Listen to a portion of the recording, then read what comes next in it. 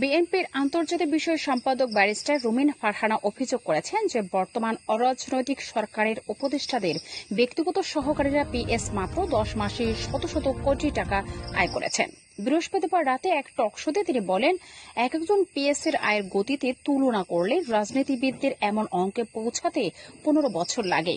হাসিনার মতো প্রবীণ নেতারও এতে দীর্ঘ সময় লেগেছিল, কিন্তু বর্তমান সরকারের কিছু লোক 3-4 মাসে কোটি কোটি টাকা আয় করেছে।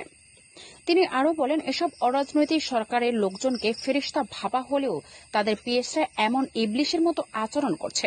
অতীতের একজন পিএস এর জন্য প্রবীণ নেতা সুরঞ্জিত সেনগুপ্ত কঠিন সময় পার করেছিলেন, অথচ আজ অনেকেই পারিবারিক বা সামাজিক পটভূমি না থাকার পরও রাষ্ট্রের সুযোগ নিয়ে দুর্নীতি করছে।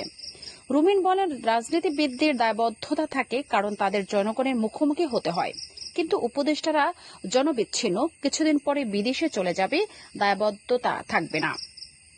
এছাড়া তিনি বাজেট ও সমসাময়িক রাজনৈতিক ইস্যু নিয়েও সরকারের সমালোচনা করেন।